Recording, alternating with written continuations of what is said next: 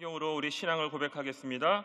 전능하사 천지를 만드신 하나님 아버지를 내가 믿사오며 그 외아들 우리 주 예수 그리스도를 믿사오니 이는 성령으로 잉태하사 동정녀 마리아에게 나시고 본디오 빌라도에게 고난을 받으사 십자가에 못 박혀 죽으시고 장사한 지 사흘 만에 죽은 자 가운데서 다시 살아나시며 하늘에 오르사 전능하신 하나님 우편에 앉아 계시다가 저리로서 산자와 죽은 자를 심판하러 오시리라. 성령을 믿사오며 거룩한 공회와 성도가 서로 교통하는 것과 죄를 사하여 주시는 것과 몸이 다시 사는 것과 영원히 사는 것을 믿사옵나이다. 아멘. 사랑과 은혜가 풍성하신 참으로 좋으신 하나님 아버지, 하나님의 그 크신 사랑과 은혜에 감사를 드립니다. 오늘도 새날을 허락하시고 첫 시간을 주님 전에 나와 예배하며 시작하게 하심을 감사합니다.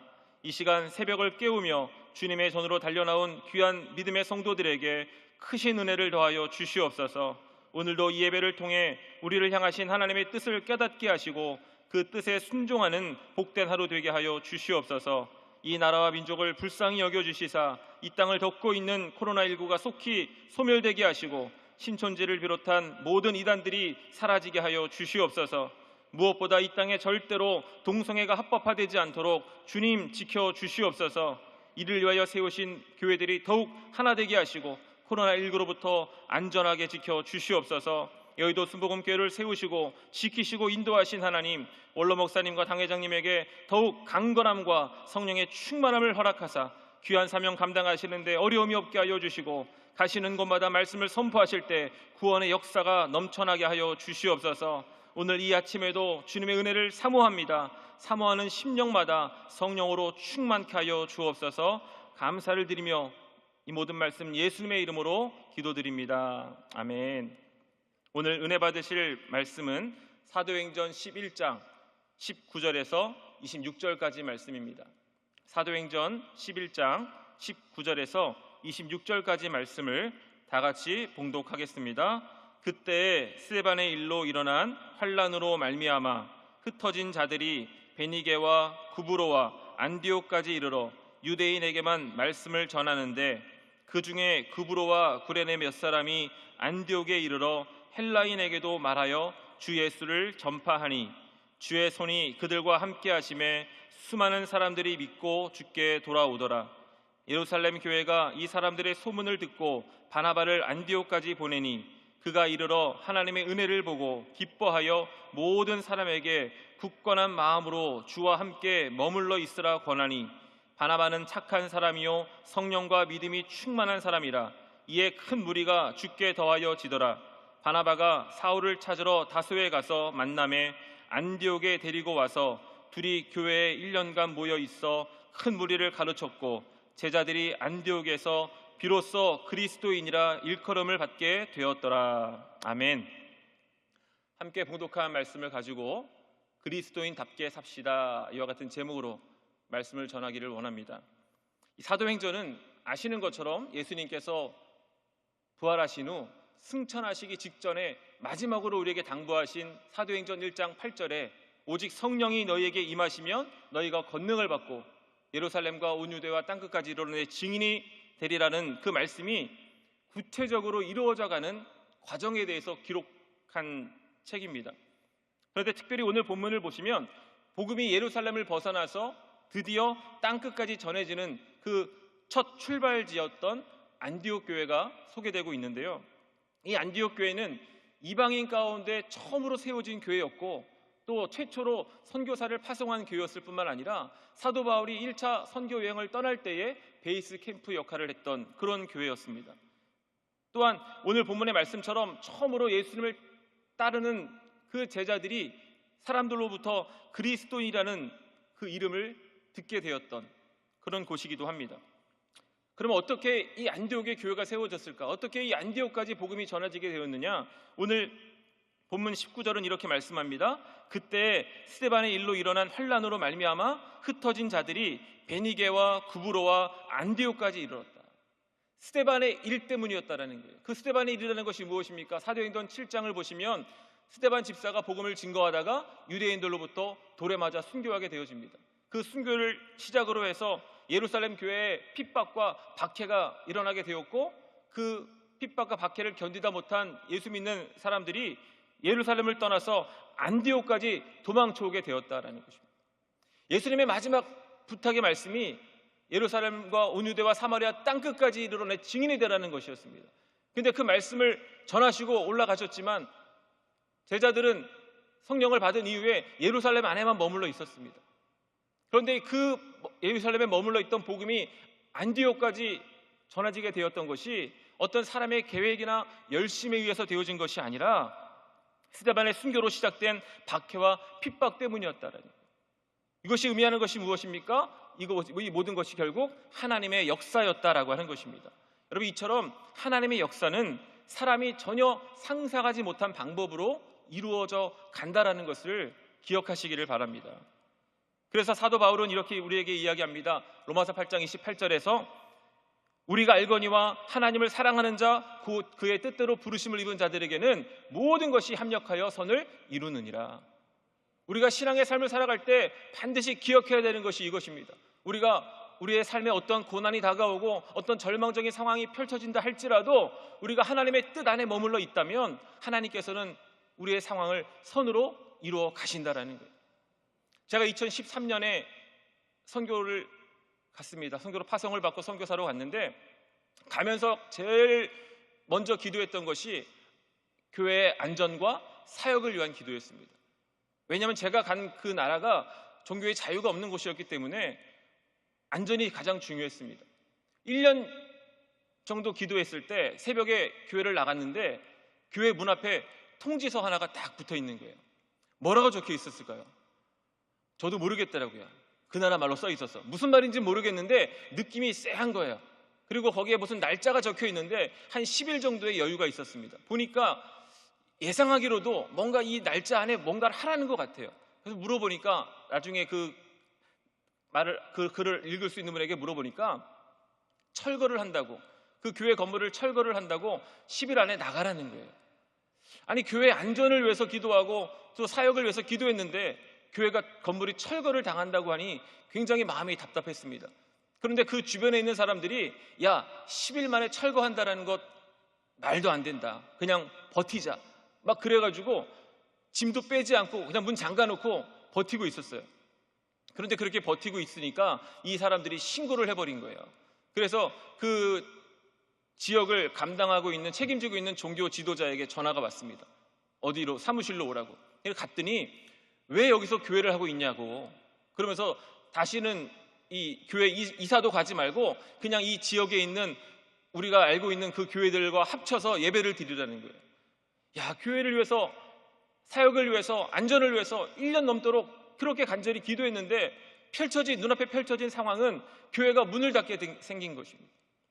그렇게 기도하는데 이 일로 인해서 정말 이제 우리 지역뿐만 아니라 우리 더 큰 지역을 관할하고 있는 그 종교 지도자를 알게 되었고 그에게 연락을 하게 되었는데 막 이 과정을 좀 축약하고 있는 겁니다.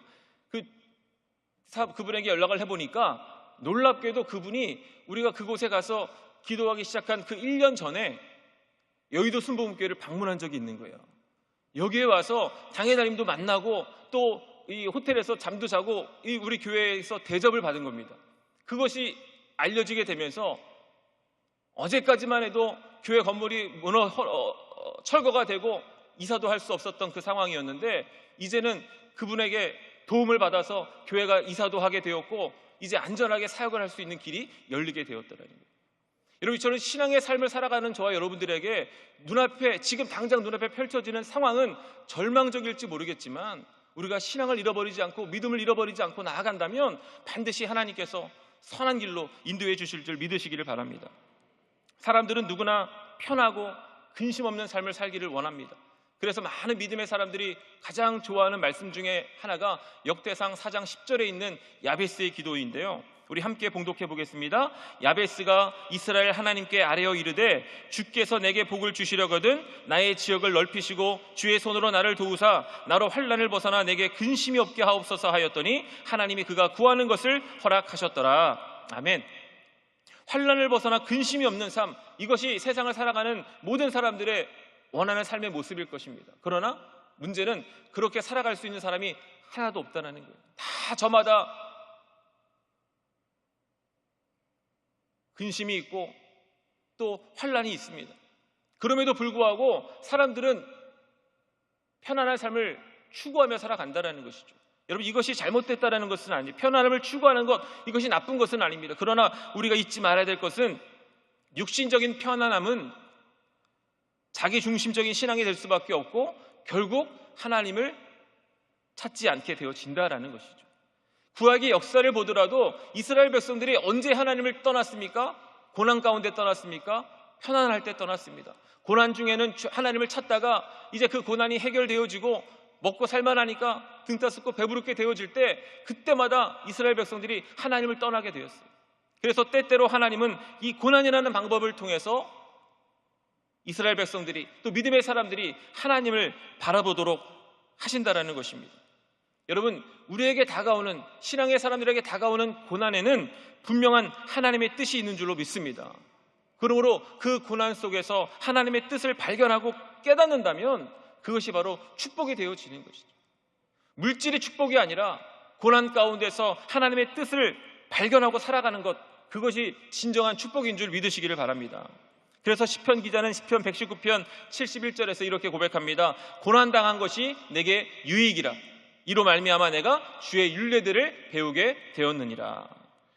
이번 코로나19의 고난 속에도 분명한 하나님의 뜻이 있는 줄로 믿습니다. 그 뜻이 무엇이라고 제가 단정지어 말씀드릴 수는 없지만 분명한 것 한 가지는 무엇이냐? 우리의 신앙의 자세를 바르게 해야 된다는 거예요. 우리가 정말 이 코로나19라는 고난을 통해서 통과하면서 이 고난을 우리에게 주신 하나님의 뜻을 깨닫고 하나님을 찾고 하나님께로 나아갈 때 반드시 우리에게 좋은 일이 일어나게 될 줄로 믿습니다.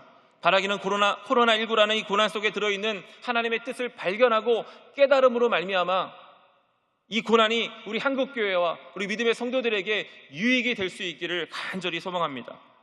오늘 본문을 통해서 알 수 있는 또 다른 한 가지는 무엇이냐면 복음이 안디옥까지 전해진 것이 사람의 계획 안에서 이루어진 것이 아니라 박해와 핍박이라고 하는 하나님의 계획 안에서 이루어진 것이다라는 것입니다. 즉 인간 중심적이 아니라 하나님 중심으로 하나님의 계획과 뜻이 하나하나 이루어져 간 것이라는 것이죠.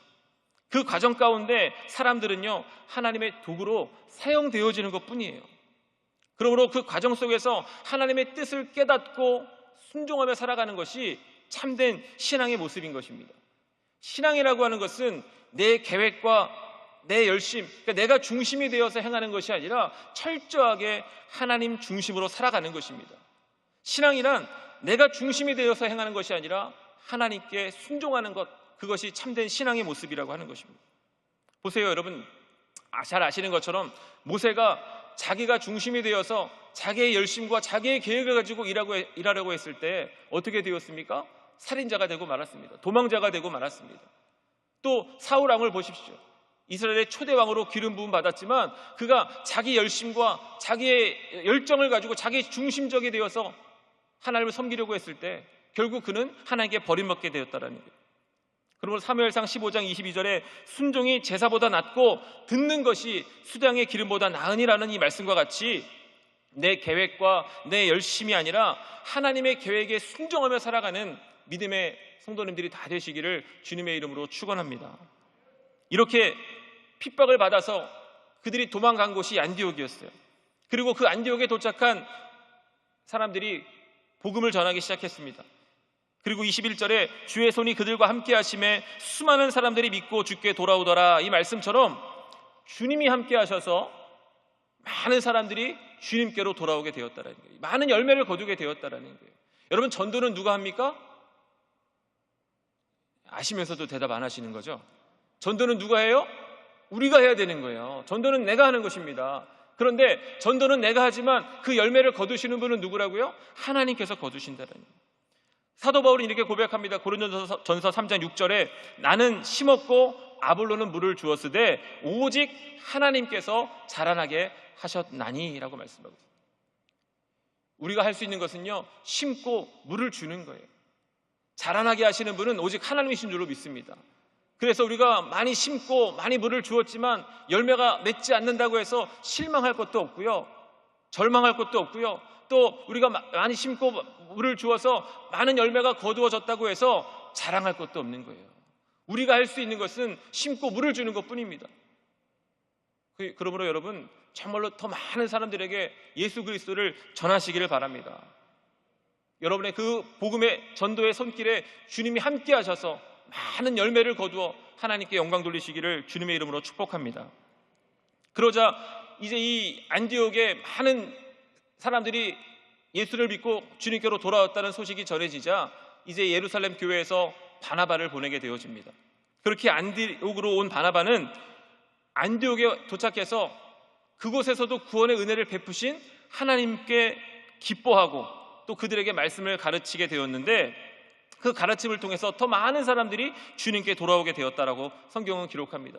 그러자 이 바나바가 이제 자기의 혼자의 힘으로는 그들을 어떻게 케어할 수 없으니까 다소에 있는 바울에게 가고 그 바울을 데리고 오게 되어집니다.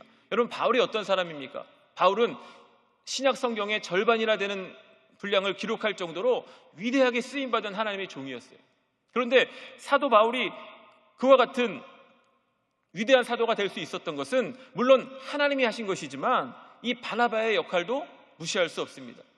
아시는 것처럼 사도 바울은 예수님을 믿는 사람들을 핍박하고 잡아서 옥에 가두는데 앞장섰던 사람입니다. 그러던 사도 바울이 다메섹으로 가던 길에 예수님을 만나고 회심한 후에 이제 나도 여러분과 함께 예수님을 전하는 일에 동참하고 싶습니다 했을 때 아무도 그를 받아주지 않았어요. 믿을 수가 없었던 것이죠. 당연한 거 아니겠습니까? 어제까지만 해도 예수 믿는 사람들을 잡으려고 눈에 불을 켜고 다니던 그 사람이 갑자기 하루아침에 내가 변화받았다고, 내가 예수 믿는 이제 사람들을 잡는 것이 아니라 예수님을 전하겠다고 하는 그 마음을, 그 말을 믿을 수가 없었던 것이죠. 근데 그때 이 바나바가 나타나서 바울의 보증을 서준 거예요. 사도행전 9장 27절에 바나바가 데리고 사도들에게 가서 그가 길에서 어떻게 주를 보았는지와 주께서 그에게 말씀하신 일과 다메섹에서 그가 어떻게 예수의 이름으로 담대히 말하였는지를 전하니라 라고 말씀합니다. 바울을 믿지 못하는 그 사도들과 예수 믿는 사람들에게 믿을 만한 사람입니다. 이 사울은 거짓말하는 것이 아니라 그가 예수님을 만났고 그 만난 예수님을 얼마나 담대하게 전했는지 제가 들었습니다라고 추천하고 있는 것입니다. 이 일을 통해서 이제 사도 바울이 그들에게 받아지게 되었고 그때부터 그들과 함께 복음을 전하는 일에 동참하게 되었습니다. 물론 그것이 유대주의자들에게는 좋게 여겨지지 않아서 생명의 위협을 받아서 다소로 가기는 했습니다. 그래서 오늘 이 바나바가 다소로 바울을 찾아간 것이죠. 이처럼 바울이 우리가 알고 있는 이 위대한 사도가 될 수 있었던 것에는 바나바의 역할이 굉장히 컸다라는 것을 우리가 분명히 알 수가 있습니다. 여러분, 하나님은요 사람을 통해서 일하십니다. 하나님은 전능하신 분이지만 그 전능하심으로 그냥 혼자 일하시는 것이 아니라 순종하는 사람들을 통해서 함께 일하기를 원하신다라는 거예요. 바라기는 저와 여러분이 정말 이 바나바와 같이 하나님께 쓰임받는 그런 일꾼들이 되시기를 주님의 이름으로 축원합니다. 우리가 늘 기도해야 돼요. 하나님, 그냥 우리가 무조건 다 사울만 되겠다고, 바울만 되겠다고 기도할 것이 아니라 바울과 같은 사람을 만들어내는, 세우는 그런 바나바와 같은 사람이 되기를 원합니다. 그런데 그렇게 되려면 어떻게 돼야 됩니까? 오늘 본문을 보니까 바나바에 대해서 이렇게 소개하고 있습니다. 24절에 바나바는 착한 사람이요 성령과 믿음이 충만한 사람이라. 어떤 사람이었다고요? 착한 사람이요 성령과 믿음이 충만한 사람이었다라는. 그러니까 그 바울에 대해서 보증을 서주고 추천할 수 있었던 이유는 어디 있냐면 이 바나바라고 하는 사람이 착한 사람이었고 성령과 믿음이 충만한 사람으로 다른 사람들에게 인정받고 있었기 때문이라는 거예요. 여러분, 우리가 아무리 누군가를 보증해주고 누군가를 추천한다고 해도 내가 그들에게 믿음이 가지 않는 사람이라면 그것은 아무 소용이 없을 것입니다. 바라기는요, 저와 여러분이, 이 새벽을 깨우는 저와 여러분이 정말 팥으로 매주를 쓴다고 해도 믿음을 줄 수 있는, 신뢰를 줄 수 있는 그런 착하고 성령과 믿음이 충만한 사람들이 되시기를 주님의 이름으로 축복합니다. 그렇다고 바나바가 이 바울 되게 하는데 모든 것을 다 했다는 것은 아니에요. 만약에 바울이 사울을 만나지 못했다면, 바울이 바나바를 만나지 못했다면 어떻게 됐을까? 그럼 바울은 끝까지 자신을 믿어주지 않는 그 사람들로 인해서 화병 걸려 죽고 말았을까요? 아닙니다. 분명히 하나님은 또 다른 누군가를 통해서 반드시 사도 바울을 위대한 사도로 사용하셨을 거예요. 그러니까 결국 바울이 위대한 사도로 쓰임받게 되어진 것은 바나바의 능력이 아니라 바울을 쓰신 하나님께서 바나바도 사용하신 것입니다. 그러므로 여러분, 내가 하는 모든 일은 사실 자랑할 것이 하나도 없는 거예요. 결국 내가 아니어도 하나님께서는 분명히 다른 사람을 통하여서, 다른 누군가를 통하여서 그 일들을 이뤄내셨을 것이기 때문입니다. 나 아니면 안 돼, 내가 없으면 안 돼, 꼭 내가 해야 돼, 이것도 교만이고요. 나 아니어도 다른 사람을 통해서 하나님이 하시겠지, 이것도 어리석은 거예요. 여러분, 가장 복된 사람은 어떤 사람입니까? 하나님이 쓰시고자 하실 때 순종하는 사람이 가장 지혜로운 사람이요, 그것이 가장 복된 길인 줄 믿으시기를 바랍니다. 문제는 뭐예요? 자꾸만 내가 한다라는 거예요. 내가 했다라는 거예요. 만약에 이 바나바가 이제 사도 바울이 그렇게 위대한 사도로 쓰여지고 있을 때, 야, 저 사도 바울 내가 키운 사람이야, 내가 아니었으면 쟤 저렇게 될 수 없었어 라고 이야기하고 다녔다라면 많은 분쟁이 일어났을 거예요. 다툼이 일어났을 거예요. 그러므로 여러분, 하나님 앞에서 항상 겸손하시기를 바랍니다. 여러분이 어떤 자리에서 어떻게 쓰임받고 계시든 쓰시는 분은 하나님이시고 이루시는 분은 하나님이시기 때문에 우리가 해야 될 것은 나 같은 사람을 사용해 주신 하나님께 감사하며 또 계속해서 끊임없이 쓰임받기 위해서 내 자신을 돌아보고 훈련해 나가야 될 줄로 믿습니다. 이렇게 바나바는 바울을 안디옥으로 오게 해가지고 1년 동안 함께 이제 그 안디옥에 있는 예수님의 제자들, 예수 믿는 사람들을 훈련시켰습니다. 그렇게 훈련을 받고 있는 중에 그곳에 있는 예수님을 따르는 제자들이 그곳에 있는 많은 사람들로부터 처음으로 그리스도인이라고 일컬음을 얻게 되었다라고 오늘 본문은 말씀하고 있는 거예요. 여러분은 그리스도인이십니까? 자신 있게 대답할 수 있습니까? 알렉산더 대왕 시절에 알렉산더 대왕 밑에 부하 중에 한 사람이 이름이 알렉산더인 사람이 있었대요. 그런데 이 이름만 알렉산더 같았지 이 부하 알렉산더는 생활이 너무나 좋지 않았다는 것입니다. 그래서 이 알렉산더라고 하는 이름이 모욕을 당하고 있었대요. 그래서 이 알렉산더 대왕이 그 소식이 전해지게 되었을 때 그 부하를 자기에게 데리고 오라고 합니다. 그리고 그에게 물어봤습니다. 자네가 알렉산더인가? 그렇습니다. 그러자 화를 내면서 이야기하기를 이름을 바꾸라고. 이름을 바꾸기 싫다면 지금부터 네 삶을 바꿔서 그 이름의 모욕을 씻으라고 명령했다라는 것입니다. 이 이야기를 읽으면서 한번 생각해 봤어요. 예수님이 오늘 나에게 찾아오셔서 네가 그리스도인이냐라고 물어보실 때 과연 제가 그리스도인입니다 라고 이야기할 수 있을까? 한국 대학생 선교회 창시자인 고 김중건 목사님은 칼럼에서 이렇게 말씀합니다. 그리스도인이라는 이름은 안디옥 시민들이 그리스도만을 생각하고 그리스도를 위해 일하며 그리스도를 존귀케 하며 언제나 그리스도만을 나타내는 그리스도 중심의 삶을 살고 있는 사람들에게 붙여준 이름이었다. 그러면서 오늘날 교회 안에 그리스도인은 사라지고 교인들만 점점 많아지고 있다고 지적했습니다. 여러분, 많은 사람들이 오늘 저와 여러분들과 같이 우리는 그리스도인입니다, 나는 예수 믿는 사람입니다라고 이야기는 하지만 예수님을 따라가거나 예수님을 닮아가려고 하지 않고 또 예수님의 말씀에도 순종하지 않는다라는 거예요. 그래서 교회는 점점 교회됨을 잃어가고 그리스도인들은 그리스도인됨을 잃어가고 있다는 것입니다. 여러분, 어쩌면 그래서 이 코로나19라고 하는 고난이 우리 가운데 찾아온 것인지도 모르겠어요. 교회됨을 회복하라고, 그리스도인됨을 회복하라고 이 코로나19가 우리 가운데 찾아와서 이렇게 끈질기게 사라지지 않고 어려움을 주고 있는 줄 모르겠습니다.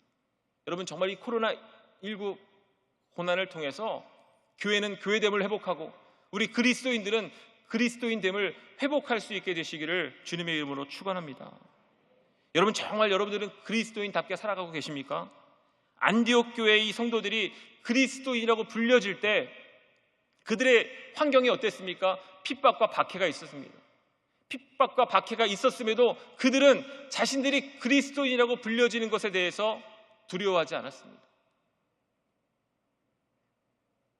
바나바가 그 안디옥에 왔을 때 많은 예수 믿는 사람들이 생긴 것을 보고 하나님께 기뻐하면서 그들에게 권면했던 내용이 무엇입니까? 굳건한 마음으로 주와 함께 머물러 있으라고 이야기한 거예요. 굳건한 마음, 흔들리지 않는 그 마음을 가지고 주께 머물러 있으라, 주와 함께 머물러 있으라. 이것이 의미하는 것이 무엇이냐면 예수님을 삶의 중심이 되게 하라는 거예요.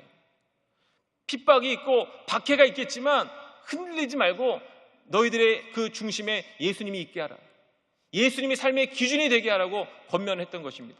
그리고 안디옥 교회 성도들은 이 바나바의 권면을 받아들여서 핍박과 박해 가운데서도 예수님을 삶의 기준으로 삼고 살아갔기 때문에 두려움을 이겨내고 그리스도인으로 불려지게 되었다라고 하는 것입니다.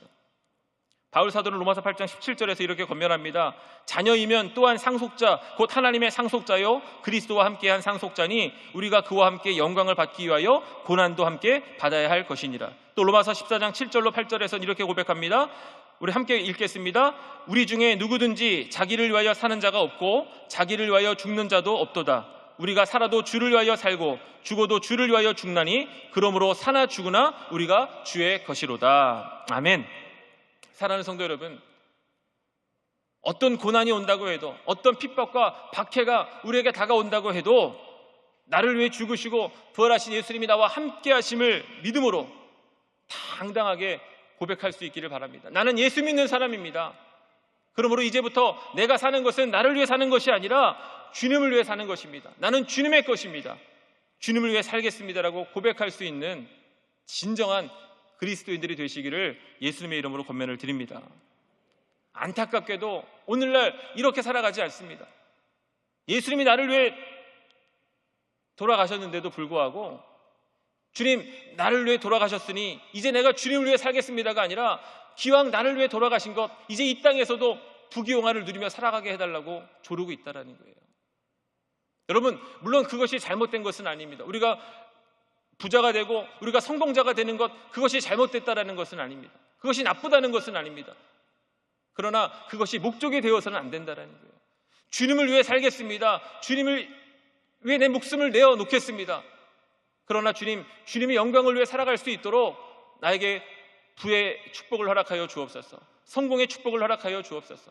그래서 이 부와 성공이라고 하는 것이 우리의 삶의 목적이 아니라 하나님의 영광을 드러내기 위한 수단이 되어진다면 하나님께서 우리에게 주실 거예요. 그런데 많은 사람들이 그와 같은 삶을 살아가지 못하고 성공, 부, 명예, 권력, 그런 것이 목적이 되어지다 보니까 받지 못하고 어려움 가운데 있는 것입니다. 여러분, 그리스도인답게 산다라는 것은 세상 가운데서 우리가 예수님 때문에 어떤 핍박과 박해를 받는다 할지라도 주님을 포기하지 않는 것입니다. 주님을 내 삶의 중심에 모셔드리고 주님을 내 삶의 기준으로 삼아 끝까지 주님을 따라가는 삶, 그 삶이 바로 그리스도인다운 삶인 줄로 믿습니다. 오늘 저와 여러분들이 바로 그와 같은 삶을 살아가는 진정한 그리스도인들이 다 되시기를 주님의 이름으로 축원합니다.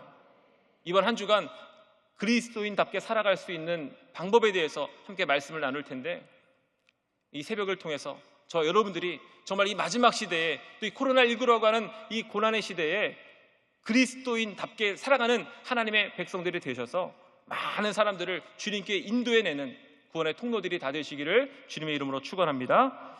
한번 고백하겠습니다. 그리스도인답게 살겠습니다. 아멘. 기도하겠습니다. 하나님, 감사합니다. 죽을 수밖에 없는 저희들을 택하셔서 하나님의 귀한 백성 삼아주시고 또한 저희들이 그리스도인으로서 살아갈 수 있는 은혜를 허락하심을 감사합니다. 하나님, 이제부터 우리가 말로만 그리스도인이 되지 말게 하여 주시고 안디옥 교회 성도들과 같이 예수님을 우리의 삶의 중심에 모셔드리고 예수님이 삶의 기준이 되어서 우리가 어디에 있든 예수님을 드러내고 예수님을 증거하며 하나님의 영광을 위해 살아가는 진정한 그리스도인들이 다 되어지게 하여 주시옵소서. 예수님 때문에 받는 고난을 두려워하지 말게 하여 주시고, 어떤 고난과 핍박과 박해가 주어진다 할지라도 우리가 더욱더 주님을 사랑함으로 주님을 증거하며 살아가게 하여 주셔서 우리의 삶을 통하여 하나님의 나라가 증거되어지고 확장되어지게 하여 주시옵소서. 오늘도 예배를 마치고 삶의 자리로 나아갑니다. 성령님 함께 하셔서 우리가 어디에 있든 그곳에서 그리스도인됨을 드러내게 하여 주시옵소서. 오늘도 하나님 앞에 나올 때 그냥 나오지 아니하고 귀한 예물 정성껏 드린 손길들이 있습니다. 하나님 축복하여 주셔서 이 땅을 살아가는 동안에 물질로 부족함이 없게 하시고, 또 하나님의 물질의 복을 받아 하나님께 영광을 드러내며 살아갈 수 있도록 축복하여 주시옵소서. 오늘 이 아침에도 하나님께 부르짖어 기도할 때 하나님 들으시고 하늘문을 활짝 여시사 응답하여 주시옵소서. 감사를 드리며 모든 말씀 우리를 권하신 예수님의 이름으로 간절히 기도드리옵나이다. 아멘. 하늘에 계신 우리 아버지여, 이름이 거룩히 여김을 받으시오며 나라가 임하시오며 뜻이 하늘에서 이루어진 것 같이 땅에서도 이루어지이다. 오늘 우리에게 일용할 양식을 주시옵고, 우리가 우리에게 죄 지은 자를 사하여 준 것 같이 우리 죄를 사하여 주시옵고, 우리를 시험에 들게 하지 마시옵고 다만 악에서 구하시옵소서. 나라와 권세와 영광이 아버지께 영원히 있사옵나이다. 아멘. 할렐루야. 우리 하나님께 감사의 박수 올려드리겠습니다. 이 시간 기도하는 시간입니다. 오늘도 우리에게 새날을 주신 하나님께 감사기도 드리시고, 또 이 나라 민족을 위해서, 우리 교회를 위해서 또 세우신 목사님을 위해서 기도해 주시고, 오늘 말씀과 같이 하나님, 우리가 이 세상을 살아가는 동안 그리스도인답게 살아갈 수 있도록 도와달라고, 내가 그리스도인답게 살지 못했던 그 모든 삶들을 회개하시고 이제부터 남은 인생 그리스도인으로서 세상 가운데 하나님 영광을 드러내며 살아가게 해달라고, 또 가지고 나오신 모든 문제들을 응답받기 위해서 우리 주의 이름 세 번 부르고 기도합니다.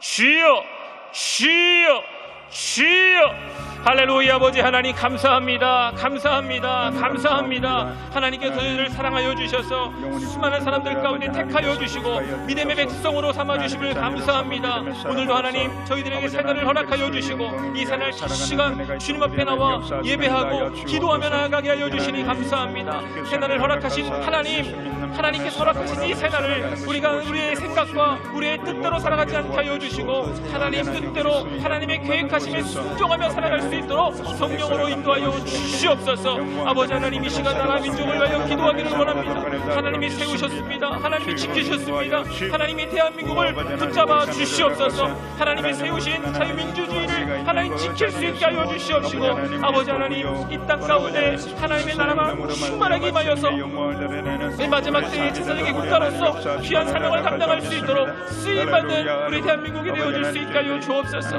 그러기 위하여 하나님, 지금 이 땅 가운데 있는 많은 어려움들이, 문제들이 해결되겠습니다. 하나님께서 하나님, 이 코로나19라고 하는 이 고난을 통해서 우리 교회와 우리 믿음의 사람들이 자신을 돌아보게 하여 주시고, 그 하나님 깨어지고 무너진 모습들을 회복할 수 있게 하여 주옵소서. 교회마다 교회됨이 회복되게 하여 주시옵시고, 그리스도인들마다 그리스도인됨이 회복되게 하여 주셔서, 아버지 하나님, 정말로 이제 이 코로나19 이후에 시대에는 교회가 부흥되게 하시고, 하나님의 귀한 백성들의 세상 가운데 조롱받고 축복받는 것이 아니라 하나님의 생명을 얻을 수 있는 아버지 하나님, 그들을 통해 하나님의 영광이 드러나는 그런 믿음의 나라가 삶을 살아갈 수 있도록 도와주시옵소서. 주여 할렐루야, 할렐루야, 할렐루야, 할렐루야. 아버지 예수 믿는 믿음으로 말미암아 주여 할렐루야, 할렐루야, 할렐루야, 할렐루야. 주님 도와주시오. 주님 도와주시오. 주님 도와주시오. 하나님, 이 땅의 희망은 주님밖에 없습니다. 그러게 이 땅에 세우신